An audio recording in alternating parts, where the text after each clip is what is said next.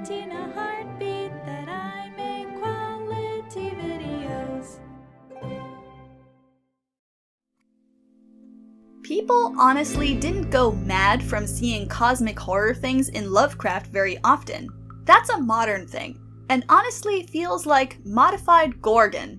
Usually it's stress, paranoia, or PTSD from near-death experience. The true terror was not really in seeing something horrifying and alien, but understanding the implications, or not being able to fit it into an existing mental framework. Playing this up could actually create an interesting setup in a narrative, come to think of it. Someone seems fine after dealing with cosmic horrors, so everyone assumes they were fine. Cue some days later, when everything's settled and they're able to process what happened, they find that they begin to have a breakdown as it all begins to fall together. As a simple thought experiment, imagine what encountering something completely recognizable but otherwise impossible would do.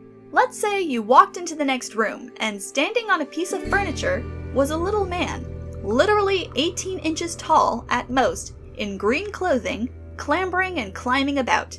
I don't mean like what you'd imagine from a special effect or a cartoon, but a real tiny thing that looked, moved, and acted like an impossible miniature human-like creature. The hair wouldn't be shrunk by proportion, there'd be fewer follicles overall, but more densely packed. You can see the faint veins under the skin, the hairs, the pores. You can smell it. It leaves scuffs. It makes sounds appropriate for its size. And when it sees you, it just looks at you, tilts its head, smiles mischievously, and darts under the couch, vanishing. The only thing you find is a gold coin, which is real, solid, and rare, having not seen circulation in centuries. You've had, in this scenario, an encounter with a leprechaun. It's a relatively understandable phenomenon. There's plenty of folklore to prepare you for it. The creature is rationally built, has anatomy that makes sense, is similar to yourself enough to be very familiar. It wasn't even hostile. Is your life ever going to be the same?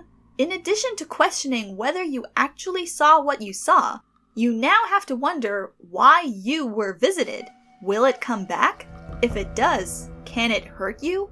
If it can you stop it? Where did it come from? Has it always just been there, out of sight? Is it here right now? And those are just surface level questions.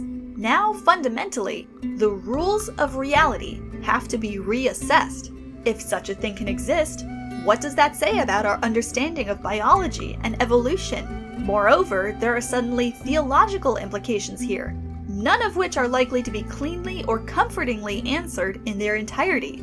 You've just witnessed some of the single most important encounters in human history, and anyone who hears you talk about it is going to think you've lost your mind. The terror and sense of loneliness from that is going to be soul-crushing. Now, replace the leprechaun with something that looks like a deep dream animation brought to life and appears to be both impossible to adequately destroy and possessed of absolute malevolence. Getting attacked by a normal, everyday animal can be traumatizing. Surviving an encounter with a blood-sucking octopus tree that screams in an alien language from multiple slathering maws is certainly beyond the ken of 1930s psychiatric medicine. I feel like this post changed me in a way I'm not ready to confront. Me too, buddy. Me too.